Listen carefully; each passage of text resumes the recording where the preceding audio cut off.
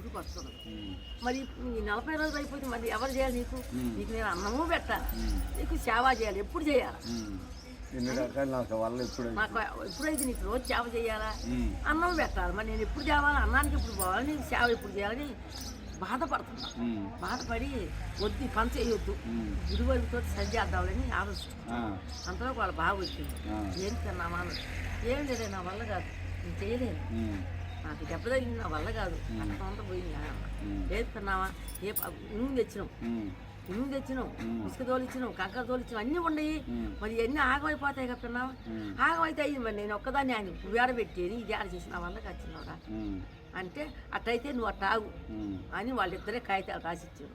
నేను కూడా లేను అసలు ఆ మేస్త్రికి, నువ్వే అని వాళ్ళిద్దరు చేసుకోవచ్చు. అయ్యో వాళ్ళిద్దరు ఒప్పుకున్నంత మాత్రంలోనే చూసినవా ఇంటికాడ ఓడికైనా బాధేగా, ఆ బాధ నాకు కూడా తెలుసు కదా, ఎవరికైనా బాధ ఉంటుంది కదా. వద్దు, వాళ్ళని ఏదైనా వాళ్ళ చేతికి వేయి నీకూడదు, నా బాధ ఏంది నేనే పడాలి, వాళ్ళ చేతి అనేది పడకూడదు. పడకాల్చి రకరకాలు ఉంటుంది. ఆడవాళ్ళని ఓరువై ఊరుకోగా నేనంతా వాళ్ళంతేగా. కాబట్టి రోజు నువ్వు గుళ్ళ కాడ చేసి చెంది ఎన్ని ఏందని అంటారు. అంత దూరం వద్దనుకొని అయ్యా చేస్తుంటే చేసిన వాటికి కూడా నేను ఇయ్యపోతే అట్లయితే మేము గుడికే రాము.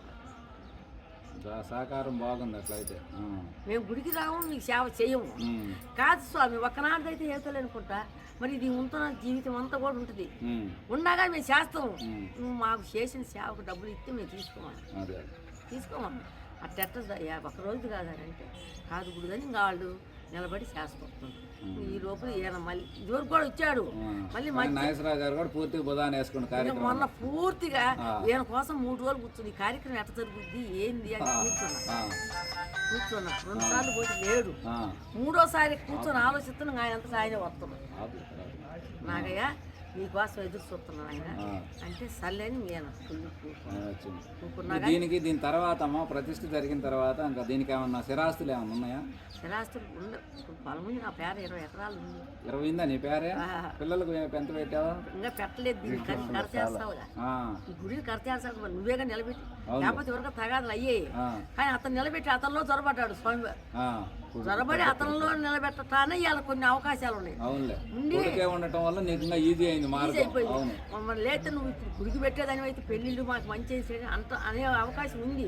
ఉన్నప్పుడు గట్రా అతను నిలబెట్టాడు కాబట్టి అబ్బాయి నువ్వు గుడి నిలబెట్టింది నువ్వు. ఇలా ఊళ్ళో వాళ్ళతో రద్దీ మోసాను నేను. నాకు అంత అవసరమా? నువ్వు పెట్టకుండా పోయి నేను పెట్టేది కూడా చెప్పాగా.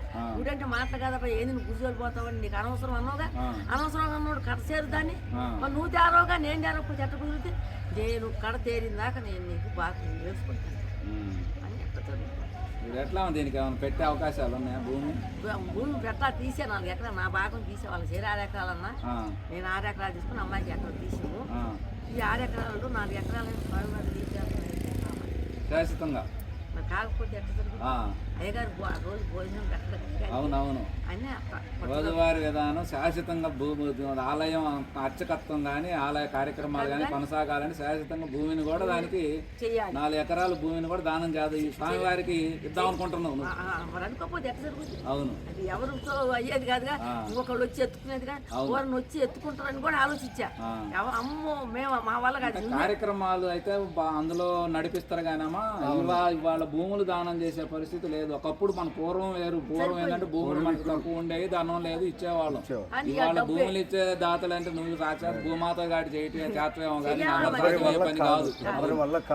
చెయ్యాలన్న పట్టుదలతో అబ్బాయి మీకు 6 ఎకరాలు, నాకు 6 ఎకరాలు, అమ్మాయి ఎకరం. అదే కాబట్టి నేను నా స్వామి వారికి నేను ఏం చేస్తానో నాకైతే తెలియదు. అంత లైన్లో ఉన్నాం. మరి నువ్వే నిలబెట్టింది.